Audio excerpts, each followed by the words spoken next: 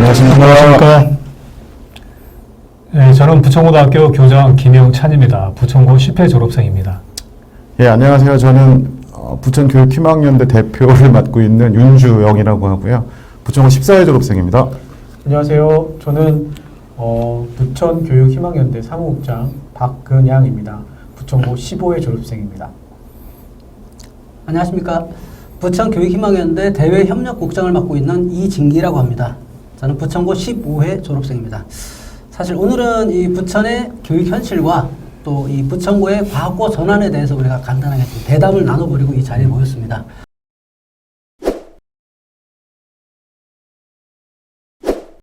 자, 그 부천고 과학고 전환에 대한 문제는 사실은 오래전부터 그런 이해 요구라든가 희망들이 분출이 돼서 시청이나 교육청이나 관련된 분들이 추진하셨던 것도 사실이고, 이따 얘기가 나오시겠지만 중간에 좌절도 했었고 이랬었는데요. 찬반이 분명한 문제라서 저는 오늘 약간 좀 우리 4년 선배시고 좀 그렇지만 좀 까칠하게 질문 드리려고 하는 게 개인적 생각 플러스 이 사안을 조금 반대적 시선으로 보는 분들의 의견도 좀 전달해야 되지 않을까 하는 생각이 들어서 우선 제 질문의 기조는 저 개인적이든 또는 제 주변에서 동문들 위주로 나왔던 얘기들 조금 정제해가지고 제가 좀 질문을 드리면 그 과정을 통해서 학교의 입장이라든가 이런 추진하는 입장에서 어떤 중요한 부분들을 잘 말씀해 주셨으면 좋겠습니다. 일단 첫 번째 질문은 부천고등학교를 과학고로 전환하는 것보다는 이 지역에 적절한 부지를 확보해가지고 새로운 학교를 신설하는 게 어떠냐. 또 예전엔 그런 기조로 추진을 했었는데 그렇게 안 하고 내년이면 부천고가 개교 50주년이잖아요. 그런 전통을 가지고 부천고를 과학고로 전환하려는 당위가 어떻게 되는지 이렇게 신설을 하는 방안이 안 되는 건지 예측한 예산 문제가 가장 클 것 같은데 그 점 한번 좀 의견 주시죠. 예, 제가 과거 부천시에서 과학고를 추진했던 그 사례를 한번 말씀드리겠습니다. 다들 아시다시피 2014년에 계획을 시작을 했습니다. 2016년에 부천시가 900억에 약 900여 원의 돈을 투자하는 조건으로 해가지고 작동에 2만 평의 부지를 마련해서 기억납니다. 예, 과학고를 신설하는 걸로 추진을 했었습니다. 근데 2016년에 계획이 무산이 됐죠. 정상적으로 그 당시 계획대로 됐다면은 2020년 3월에 부천의 과학고 1회 입학생이 받을 수가 있었습니다. 진즉 그럼 만들어졌을 수도 있겠네요, 이게. 그렇죠. 예. 이 계획이 취소가 되면서 이제 그 대안으로 나온 게 교과 특성화 학교입니다. 그래서 땡땡 중점학교에서 우리 부천고 같은 경우는 과학 중점학교를 운영하고 있습니다. 쉽게 말씀드려서 과학과 수학과 같은 과목이 교육과정에 좀 많이 편성되어 있습니다. 예술 중점학교도 있고요. 외국어 중점학교 이런 식으로 해가지고 교육과 특성화 방향으로 계획을 새롭게 방향 전환을 했습니다. 신설의 경우에 참 어려운 점이 무엇이냐라고 하면은요. 앞서 계획도 말씀을 드렸지만은 어떤 부지를 마련하고 예산을 확보하고 학교를 건축하고 개교하기까지 과정이 최소한도 4년에서 5년이 걸립니다. 기간. 예.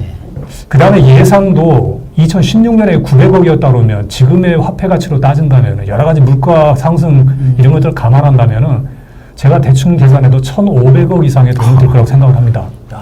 부천시 1년 예산이 2조 정도인데 거의 10분의 1 가까운 이런 거. 그런데 여기서 문제는 뭐냐면요. 또 하나의 문제는 과학고 신설에 대한 증설에 대한 경기도 교육청의 자체 예산이 편성되어 있지 않습니다. 만약에 하게 되면 부천시에서 다 부담을 해야 되는 거네요, 그게? 그렇죠. 지자체에서 기초자치단체에서 추진할 수밖에 없는 그런 상황입니다. 부천시장님들 많이 부담되시겠는데. 물론 이제 교육청에서도 경기도 교육청에서도 약간의 예산 지원이 있긴 하겠습니다만은 1,000억 원이 넘어가는 돈에 과연 얼마를 부담할 수 있을지 저는 굉장히 회의적이라고 봅니다. 100억도 안 줄 것 같은데요. 예. 그렇기 때문에 신설은 상당히 어렵다라고 말할 수 있고요. 그러면 전환이 왜 필요한가? 전환이 어떤 장점을 가지고 있는가 좀 말씀을 드려볼게요. 두 가지를 말씀드릴 수 있는데 첫 번째는 시간과 비용이 절감됩니다. 경제성의 차원입니다. 아시다시피 우리 부천고등학교가 그린 스마트 사업이라고 그래가지고 운동장에다가 지금 본관 건물을 신축하는 그런 공사를 이번 달에 착공에 들어가서 내년 10월경에는 완공이 됩니다. 아, 드디어 착공합니까? 지금 착공한다는 소문은 사실 오래전부터 있었는데. 또 들었습니다. 언제 톱하나 오늘 체육대 마지막이다 이러고 많이들 친구들한테. 예, 말씀해 주세요. 맞습니다. 14회 동문들이 저기 6월달 예, 예, 그때. 체육대회 때도 제가 이 말씀을 드렸었는데 죄송하게도 계속 착공이 미뤄졌어요. 아니, 그 죄송하실 일은 아니고.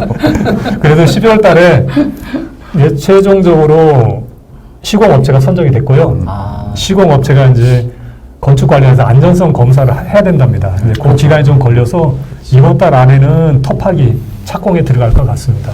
그래서 정상적으로 공사가 진행이 된다면은 내년 가을경에는 가장 최신식의 학교 건물이 이루어질 것 같습니다. 그 다음에 후관은 네. 리모델링 계획이 잡혀 있습니다. 별관, 우리 별관 예, 말씀하시는 별관을 거죠? 말씀드리는 겁니다. 그렇다라고 하면은 우리 부천고등학교는 가장 최신식의 학교 건물을 가질 수 있게 되는 겁니다. 충분한 교실과 특별실을 최신식의 공간을 확보하게 됨으로써 신설에 필요한 토지비라든가 건축비가 별도로 들지 않습니다. 그런 장점도 있겠네요. 그렇죠. 예. 상당한 시간과 비용에 예. 대해서 뭐 엄청난 메리트가 생기는 거네요, 이게.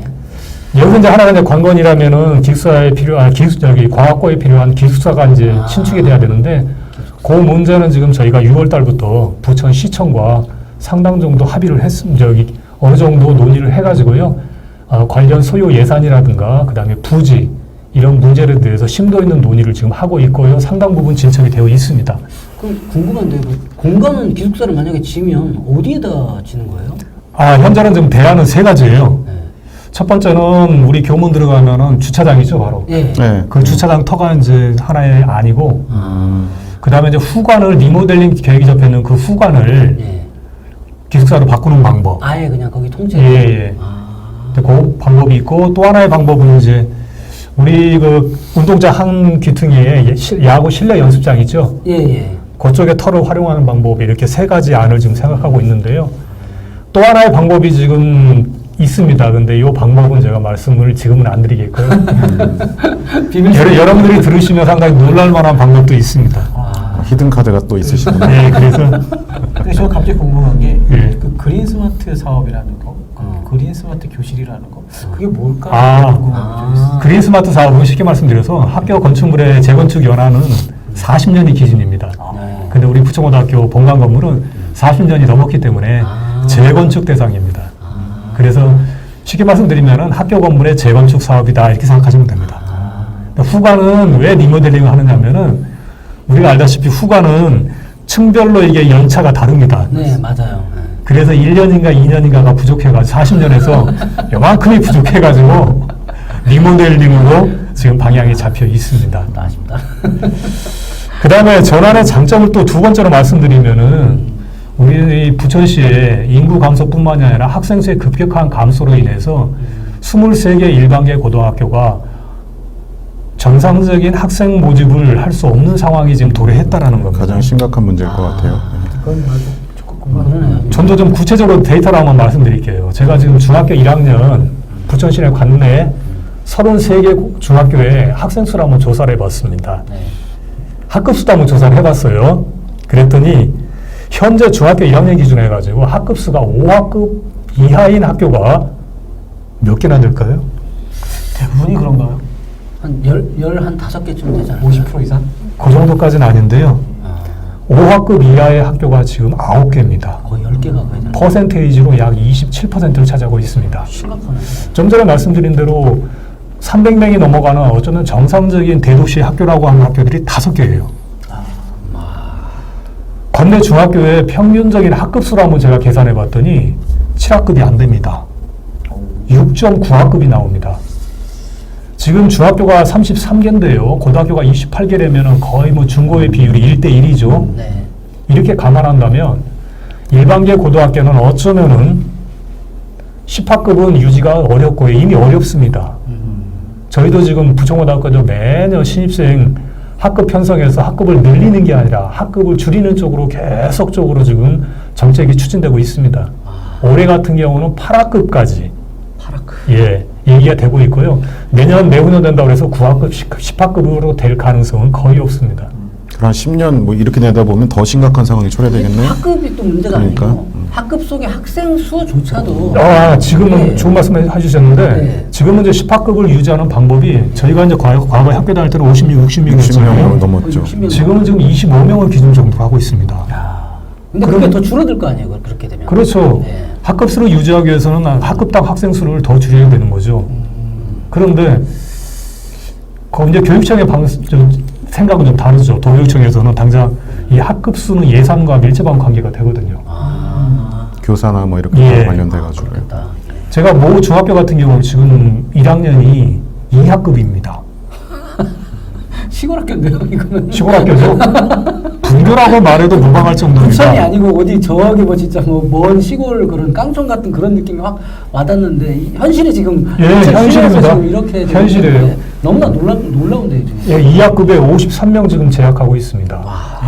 3학급에 68명 재학하는 학교도 있습니다. 이렇게 계산해 보니까 일반계 고등학교 23개가 학생 수를 다 채우기가 이제 어려운 시대가 바로 눈앞에 닥쳤다라는 거죠. 이러면 이제 뭐 조만간 통폐합 얘기가 나올 수도 있겠네요. 그러니까. 이미 아시다시피 부천 북중과 분여중이 도당중학교로 통합했죠. 이따 말씀드리려고 그랬는데 나오시네. 통합을 했음에도 불구하고 학급 수가 제가 알기로 1학년이 7학급입니다. 그렇습니까? 그때 열반년 북여중 합치면 20년 네. 됐는데. 제가 데이터로 말씀드려요. 아마 홈페이지 한번 제가 홈페이지를 다 뒤져봤습니다. 맞는 데이터로 보시면 됩니다. 이렇게 이런 추세를 감안한다면 23개 일반계 고등학교가 과연 필요한가? 아닙니다.